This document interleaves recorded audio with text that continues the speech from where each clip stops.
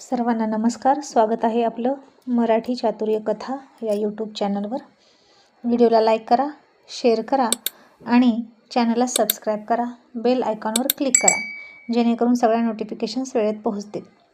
अर्जुन मयुरी पर्व नवे भाग 71.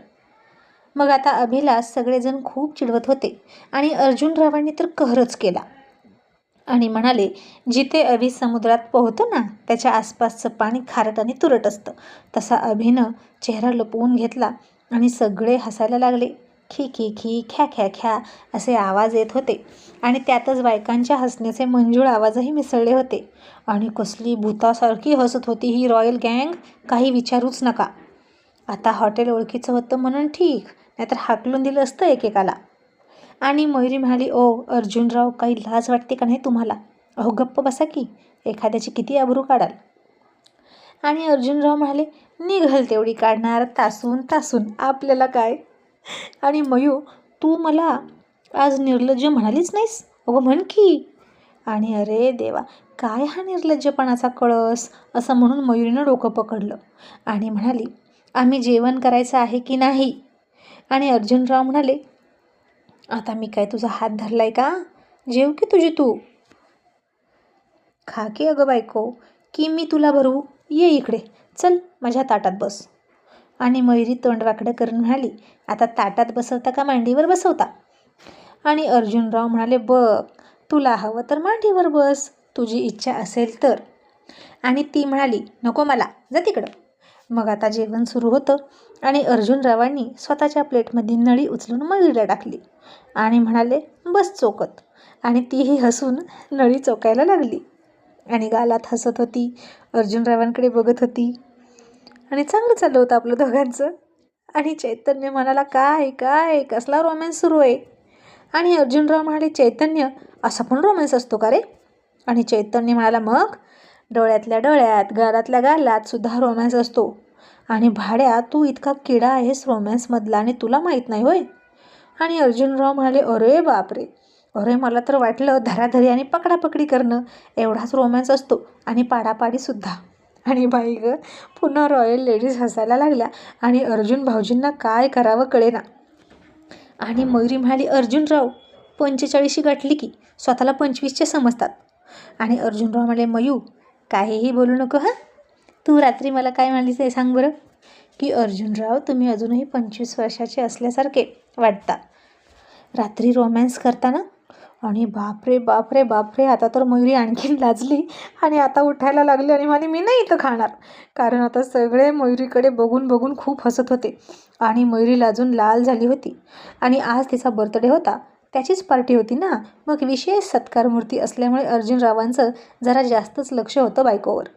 आणि ती उठली, ते बघितलं आणि अर्जुनरावांनी तिच्या हाताला पकडलं आणि म्हणाले, बस, आपलेच लोक आहेत, का लाजतेस? आणि चैतन्य, आम्ही रोमॅन्स करत नव्हतो बरं का. अरे तिचा बर्थडे आहे ना म्हणून तिला नळी चोखायला दिली रे. आणि आता सचिनच्या डोक्यात खूप काही काही येत होतं. येथे नळी चोखायला दिली आणि घरी गेल्यावर दुसरंच काहीतरी द्या वगैरे वगैरे म्हणायचं होतं. खूप तोंडात आलं होतं, पण फटके मिळतील म्हणून गप्प बसला. नाहीतर हे वात्रट बॉईज, त्यांच्या डोक्यात काही येणार नाही असं होत नसतं. आणि मग विषय बदलत सचिन म्हणाला, ए अर्जुन, तुला माहीत आहे का रे? आणि अर्जुन म्हणाला, हो माहीत आहे. आणि सचिन म्हणाला, भाड्या, तुला कसं माहीत की आता मी काय बोलणार आहे ते? आणि अर्जुनराव खांदे उचलून म्हणाले, माहीत नाहीच.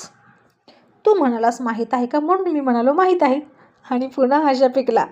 आणि या अर्जुनला काय करावं ते कोणालाच कळेना, कोणालाही बोलण्यात ऐकत नव्हता. आणि सचिन म्हणाला, नालायका, ऐक तरी.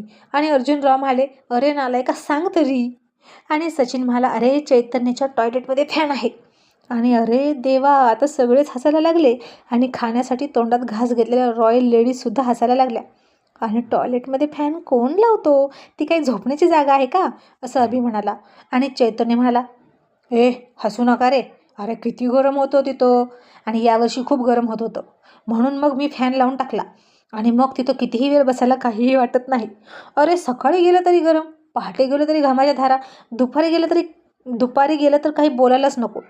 आणि राहुल म्हणाला, या बेण्याला जास्त वेळ तिथं काढावा लागतो ना, आणि बेडरूमपेक्षा जास्त वेळ तो बाथरूममध्येच जातो. हो ना मेघा, बरोबर ना? आणि अर्जुनराव म्हणाले, चैतन्य फक्त फॅन कशाला यार, गादी पण टाक ना तिथं, तिथं झोप, तिथंच कर, पुन्हा झोप. आणि मयुरीने अर्जुनरावांना कसा तरी तोंड करून फटका दिला आणि म्हणाले, गप्प बसा की खाऊ द्या. आणि अर्जुनराव म्हणाले, पुन्हा तेच, मी हात धरलाय का गं तुझा? आणि बायको हसत हसत, खा गं, तेवढे 4 गात जास्त जातात आणि आयुष्यही वाढतं. आणि आता पुढची पार्टी कोणाची आहे असा विषय निघाला. आणि नीतू म्हणाला, काका पुढच्या वेळी केकवरची मेणबत्ती कोण पेटवणार? आणि अर्जुनराव म्हणाले, तुझा बाप, त्यालाच काड्या लावायची फार सवय आहे. आणि राहुल म्हणाला, माकडा, मी काय काडी लावली रे? अर्जुन, खोटं बोलू नकोस, चाहड्या तर तू लावतोस, कळीचा नारद आहे तू. मग असंच बोलत बोलत गप्पा मारत जेवण झालं. रॉयल लेडीज बसल्या होत्या, जेंट्स उभे होते आणि यांचे उभं राहून राहून पाय कसे दुखत नाही तसं वाटलं. आणि जिथं तिथं आपली नवऱ्याची काळजी करणारी भोळी मयुरी म्हणाली, अहो अर्जुनराव बसा की. आणि तो पुन्हा वात्रट माणूस जोक करत म्हणाला, मयू इतक्या लवकर बसायचं आणि इतक्या माणसात, आता नाही लाज वाटत का? तसं तिनं त्याच्या हाताला चिमटा घेतला आणि म्हणाली, जा तिकडे, माणूस खूप फाजील आहे, आम्हालाच खजील झाल्यासारखं वाटतं, पण यांना मात्र काही वाटत नाही. आणि अर्जुनराव म्हणाले, मग तुला कळायला हवं होतं, फाजील माणसासोबत कशाला लग्न करायचं? आणि मयुरी म्हणाली, तुम्ही कुठे मला मागणी घालायला आला होता, पळवूनच आणली ना. आणि अर्जुनराव म्हणाले, आय घातली आणि हिला पळवली, आता आयुष्यभर तेच ऐकावं लागणार. तुला रीतसर पाटावर बसवून बघायला यायला हवं होतं, मग तू मला होकार दिला असता का हे बघायला इंटरेस्टिंग ठरलं असतं.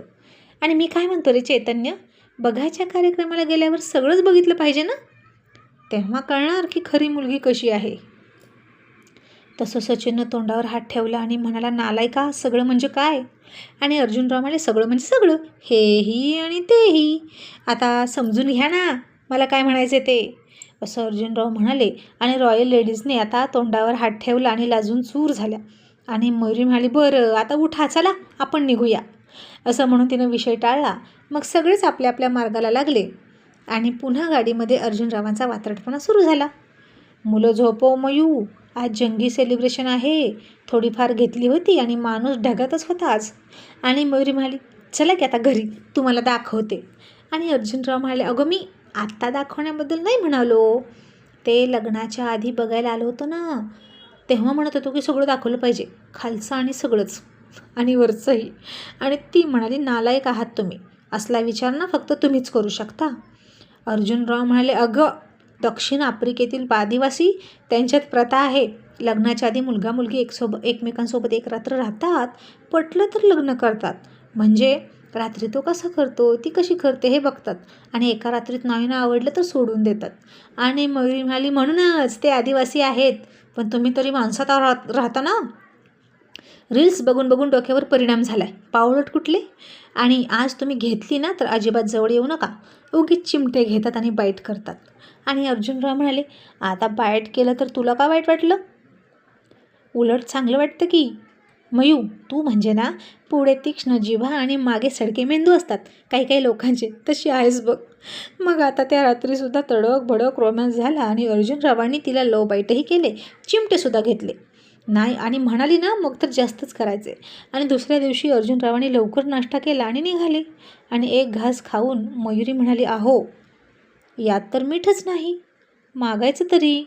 आणि अर्जुनराव म्हणाले, मीठ मागणं म्हणजे बायकोवर अविश्वास, माझी बायको परफेक्ट स्वयंपाक करते, मला माहीत आहे, आता चुकलं असेल थोडंसं पण हरकत नाही, एक चूक माफ आहे तिला, असं म्हणून तिच्या गालावर पटकन ओठ टेकवले. आणि पुन्हा कॉन्फरन्स कॉल सुरू झाला आणि कोमलच्या बर्थडेचं निमंत्रण होतं. कोमल म्हणाली, मी घरीच बेत करणार आहे, सगळे घरी या. आणि अर्जुनराव म्हणाले, का गं, तुझ्या बर्थडेचा खर्च तुझ्या नवऱ्याला परवडत नाही वाटतं, त्याला गरिबी आली की काय, जो घरी करतोय, हॉटेलमध्ये का नाही? कोमल म्हणाली, जीजू माझ्या नवऱ्याला गरिबी नाही आली, पण घरी आबा आई आहेत, त्यांना सोडून जाणं चांगलं वाटत नाही हो. आणि अर्जुनराव म्हणाले, बरं बरं, पण तुझी ताई आळशी आहे, घरी हे सगळं करायला नको म्हणते, सारखी हॉटेलला चला म्हणते. पण कोमल, तू खूपच कामाची आहे बरं का, तुझा बर्थडे असून तू घरी काम करणार का? आणि तुझी बहीण नुसता गोळा आहे चिखलाचा. आणि मला आता असं वाटते की तुला होकार दिला असतं तर बरं झालं असतं. आणि बिचारी कोमल आयुष्यभर अर्जुनरावांच्या एवढ्या शब्दांवरच झुलायची, हसायची, फुलायची, तिला भारी वाटायचं अर्जुन जिजूंनी असं चिडवलं की. आणि ती पण येडं, इश्य जिजू काहीतरीच काय असं म्हणून हसलं आणि मेवणा मेवणी असावे तर असे सगळं म्हणायचे. साली आधी घरवालीचा पूर्ण फायदा घेत होते अर्जुनराव, तिला चिडवून. आता राहुल मित्र होता म्हणून ठीक, त्यात अर्जुनरावांचा स्वभाव त्याला माहीत होता म्हणून त्याला वाईट वाटत नव्हतं. नाहीतर इतर ठिकाणी कोमल अशी बोलली असती ना, तर तिला पोत्यात भरून मारली असती. मग आता तिकडे सगळेजण गेले, पुन्हा तोच सगळा सरंजाम सुरू झाला. आधी चकना, ड्रिंक, मग नंतर खाणं पिणं. आणि चैतन्य म्हणाला, अरे यार, माझा लॅपटॉप विसरलाय. आता ऑफिस बंद झालं असेल, कोणी चोरून नेऊ नाही म्हणजे बरं, 80,000च आहे रे. आणि अर्जुनराव म्हणाले, चैतन्य, लॅपटॉप विसरला तरी चालेल, पण बायको विसरायची नाही, आठवतं ना? 7 फेरे घेतले आहेत लग्नातले, वचनं आठव. आणि चैतन्य म्हणाला, आठवतो. आणि जेव्हा जेव्हा आठवतात ना, तेव्हा राग येतो. असं वाटतं की का लग्न केलं. मग ना त्यावेळी उलटी शपथ घ्यावी असं वाटतं आणि उलटे फेरे काढावे. पण एकटे काढून काय उपयोग, ती पण हवी ना सोबत. पण सोडतो म्हटलं की बायका सुटत नाहीत, गप्प बसतात, भांडायच्या बंदच होतात. आणि अभि म्हणाला, चैतन्य, म्हणजे मेघा तुझ्याशी भांडायला लागली की तू असं करतोस का, उलटी शपथ घेईन म्हणतो का? आणि चैतन्य म्हणाला, हो, मी असंच म्हणतो. कारण लग्नातल्या वचनांवर आणि शब्दांवर बायकांचा फार विश्वास, लगेच घाबरतात. आणि अर्जुनराव म्हणाले, माकडा, भांडायला लागल्यावर लग्न म्हणजे गुन्हा वाटतो, पण त्या गुन्ह्याची शिक्षा किती गोड असते रे. आणि चैतन्य म्हणाला, ते आहेच की, पण एक वेळ मी विसरेल बायकोला, पण बायको मला विसरत नाही, लगेच गाडीत बसते माझ्याही आधी. आणि शिकारीला जाताना जाळं सोबत असावं लागतं, तसं कुठेही जाताना बायकोसोबत असावीच लागते. आणि इतक्यात चैतन्याची मुलगी आली आणि मेघा म्हणाली, मयुरीताई, तिच्या अंगावरचा फ्रॉक बघा ना, मी ऑर्डर केलेला आहे, कसा दिसतोय, छान आहे ना, 5,000चा आहे. आणि चैतन्य म्हणाला, आईच्या गावात, मेघा, तू मला म्हणालीस की 1,500चा आहे. या लेडीज ना खूप खर्च करतात. आता या फ्रॉकमध्ये काहीतरी आहे का? आणि अर्जुनराव म्हणाले, तुला नसेल दिसत, पण मेघाला दिसतंय ना. तुला ना कोहिनूर हिरा आणून दिला तरी तू त्याला काचच म्हणणार आणि तो तुला काचेसारखा दिसणार. भाड्या तुला पारकच नाही कसली. आणि मेघा म्हणाली, नाही तर काय, काही घ्यावं असं म्हणालं की म्हणायचं, यात काय आहे, तेव्हा हे नको, ते चांगलं आहे, त्यामुळे आता मी याला विचारतच नाही. जी आवडत नाही तीच वस्तू घेतो, स्वस्त आहे म्हणून, आणि म्हणून माझी मी ऑर्डर करते. आणि चैतन्य, मुद्दाम तुला मी कमी किंमत सांगितली नाही तर तू चिडत राहिला असता. मुलांची कधी हौस होणार. आणि चैतन्य मला हाऊस म्हणून अख्खा पगार उडवतेस. ओठ लाल करायचे, विणीचा शेपटा सोडायचा, काही गरज आहे का पोरीला आत्तापासूनच मेकअप शिकवण्याची. आणि लगेच अर्जुनराव म्हणाले, चैतन्य, तुला मुलगी आहे तर कंटाळलास का रे. किती छान मुलगी आहे तुझी, तिचं सौंदर्य जितकं चांगलं ना, तितकंच ते मेंटेनसुद्धा करावं लागतं भाड्या. आणि चैतन्य म्हणाला, मग घे ना, माझी पोरगी तुला घे, मला तिचा खर्च झेपत नाही. अरे, तिच्या लग्नासाठी पैसे साठवून ठेवायला नकोत का? आणि मयुरी म्हणाली, द्या भाऊजी, तुमची मुलगी आम्हाला द्या, आम्ही नाही कंटाळणार मुलींना. आणि चैतन्य म्हणाला, घ्या. आता इतक्यात अर्जुनरावांचा फोन वाजला आणि ट्रू कॉलरवर नाव पडलं. आणि अर्जुनराव म्हणाले, हे विश्वास पंडित कोण आहेत? तशी मयुरी चकित झाली आणि म्हणाली, तुम्हाला लाज वाटते का हो, हे माझे बाबा आहेत. आणि अर्जुनराव म्हणाले, काय, तुझे बाबा आहेत का, मला का फोन करतात? आणि मयुरी म्हणाली, आगाऊ कुठले, त्यांची मुलगी तुमच्याकडे आहे, मग ते फोन करणारच की.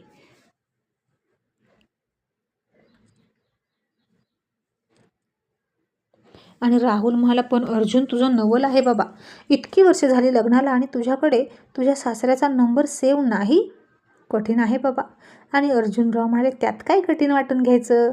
आणि मयुरी थोडीशी चिडली आणि म्हणाली, माझ्या बाबांचा नंबर सेव्ह नाही तुमच्याकडे, इतकीही किंमत नाही का त्यांना, तुमच्या फोनमध्ये त्यांचा नंबर जड होतोय का?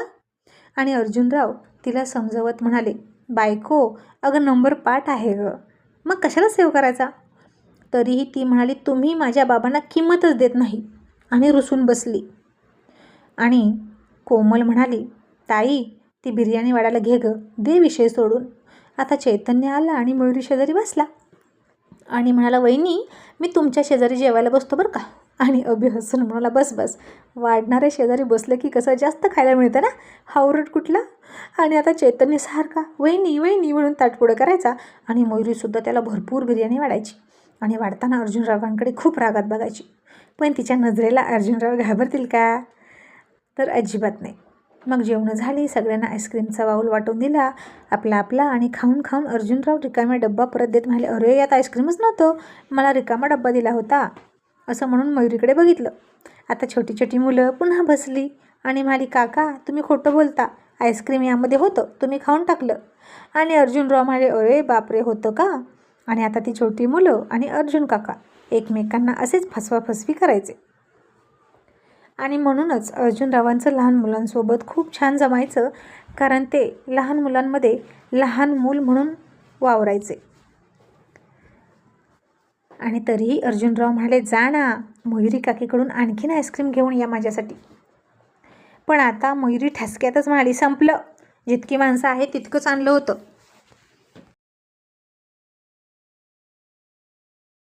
आणि अर्जुनराव पुन्हा म्हणाले, आई घातली आता बायको सरळ होत नाही आणि तिला सरळ करण्यासाठी मला वाकड्यात शिरावं लागतं. आणि आता उगीच काहीतरी विषय काढायचा म्हणून म्हणाले, चैतन्य, सासवडला सासवड हे नाव का पडलं रे? आणि चैतन्य म्हणाला, आता मला काय माहीत. आणि सचिन म्हणाला, मला तर पूर्वी लहानपणी असं वाटायचं की सासवड म्हणजे सासूवड, म्हसवड म्हणजे तिथं म्हशी ओढत असणार, कोल्हापूर म्हणजे इथे खूप कोल्हे असतील, असं आपलं लहानपणी वाटायचं.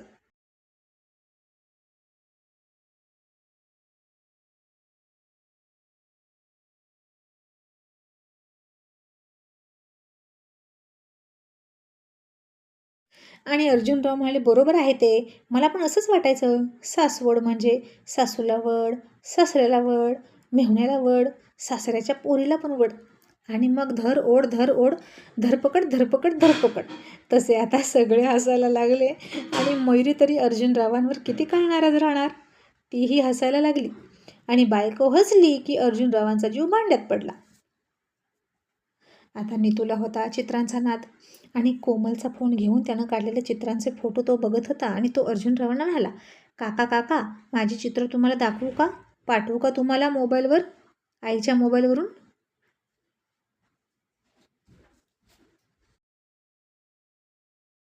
आणि अर्जुनराव म्हणाले, गप्प बस रे नालाय का, इथं बॅटरी नाही आधीच माझ्या मोबाईलमध्ये, आणि तुझ्या बापानं माझ्या मोबाईलचा चार्जरही इथं ठेवला नाही. आणि राहुल म्हणाला, माकडा, तुला कोण सांगतो सगळ्यांपेक्षा हटके मोबाईल घ्यायला, सगळ्यांसारखे घ्यायचे ना, म्हणजे जिकडे तिकडे असतो चार्जर. आणि अर्जुनराव म्हणाले, नको, मी माझी चार्जरची पिन सोबत घेऊनच फिरतो, मला इतरांची चालत नाही, हो ना ग बायको? असं म्हणून आशूकडे गाडीची चावी दिली आणि गाडीमधलं चार्जर आणायला सांगितला. आणि मयुरी पुन्हा लाजून थोडीशी हसली. मग आता सगळे घरी गेले आपल्या आपल्या. दुसऱ्या दिवशी सकाळी सकाळी पुन्हा राहुलचा फोन आला अर्जुनरावांना. आणि राहुल म्हणाला, अर्जुन, एक वाईट बातमी आहे. तसे अर्जुनराव घाबरले आणि हळू आवाजात म्हणाले, काय झालं? आणि राहुल म्हणाला, अरे आमचा टॉमी कॉलपासून गायब आहे. आणि अर्जुनराव रिलॅक्स झाले आणि म्हणाले, माकडा, असा का म्हणतोस रे, वाईट बातमी आहे, घाबरलो ना.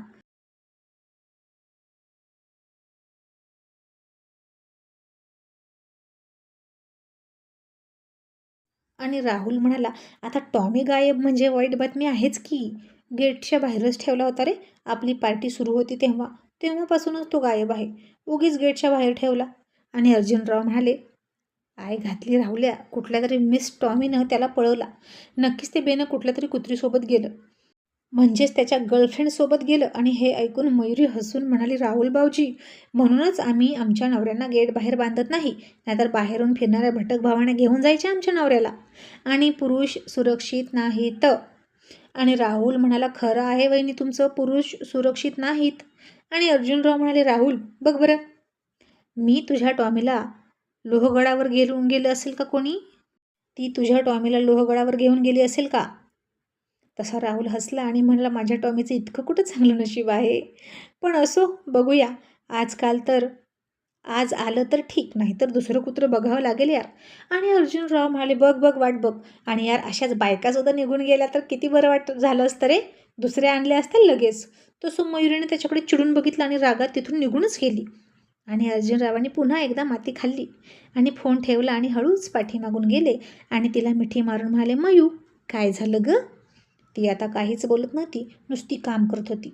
आणि अर्जुनराव पुन्हा लाडात येत म्हणाले, बायको, अगं काय झालं, चिडलीस का? आणि ती म्हणाली, मी कशाला चिडू, रोजचं मडं त्याला कोण रड, सोडा मला. आणि अर्जुनराव म्हणाले, चिडली नाहीस मग अशू का बोलतेस, मयू, तुला काही हवं आहे का? आणि ती म्हणाली, काहीही नको. आणि अर्जुनराव म्हणाले, बायकांच्या नकारात होकार असतो असं कोणीतरी म्हटलंय. मयू, तुला किस पाहिजे का? तशी ती थोडी गालात हसली आणि म्हणाली, नाही. आणि अर्जुनराव म्हणाले, मग मयू, तुला पप्पी पाहिजे का? थांब देतो. असं म्हणून तिच्या गालावर एक पप्पी दिली आणि ती शहारली. आणखीन थोडी लाजली, हसली आणि म्हणाली, जा तिकडे. आणि अर्जुनराव आणखीन चिकटत म्हणाले, मयू, इतकं जवळ आलं तर चालेल? आणि ती लाजून चेहरा लपवून घेत म्हणाली, अर्जुनराव, मी तुम्हाला बाजूला जा म्हणाले. आणि वेडपट अर्जुनराव आणखीनच तिच्या अंगावर झुकले आणि मयुरी पाठीमागं झुकली. आणि ती आता लाजून हसत होती आणि अर्जुनरावाने तिच्या कमरेत हात घातले होते आणि तिला सावरून धरली होती आणि एकदम बॉलिवूड स्टाईल झाली होती दोघांची. आणि म्हणाले, मयू, आणखीन किती जवळ येऊ गं? आता याच्यापेक्षा जास्त जवळ यायचं असेल तर बेडवर चढावं लागेल. तशी मयुरी आणखीन लाजली आणि म्हणाली, इश्य अर्जुनराव, जा तिकडे. मी नाही, जा.